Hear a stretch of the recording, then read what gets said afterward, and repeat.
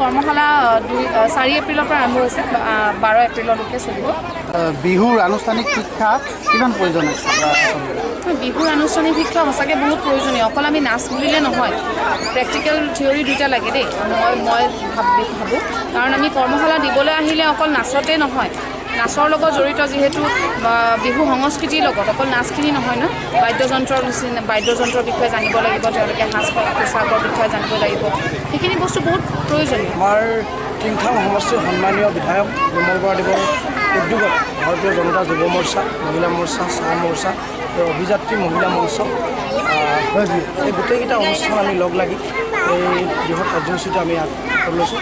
বিধায়ক মহোদয় বহুদিনৰ আশা আছিল আমাৰ কণ কণ মইনামণিসকলক আমি বিশ্ব দৰবাৰত প্ৰতিষ্ঠা কৰা, আমাৰ এনেদৰে বিহু নাচনীসকলক আনুষ্ঠানিক শিক্ষা দি পেলাই তেখেতলোকক আগবঢ়াই নিয়াত তেখেতৰ বহুত আশা আছিল আৰু সেই আশাৰ পূৰণ কৰিব হেতুহে তেখেতে এই উদ্যোগটো লৈছিল আৰু আমি সম্পূৰ্ণৰূপে সকলোকেইটা অনুষ্ঠানত আমি সহযোগ কৰি আমি এই অনুষ্ঠানটো ইতিমধ্যে আমি আগবঢ়াই লৈ গৈছোঁ।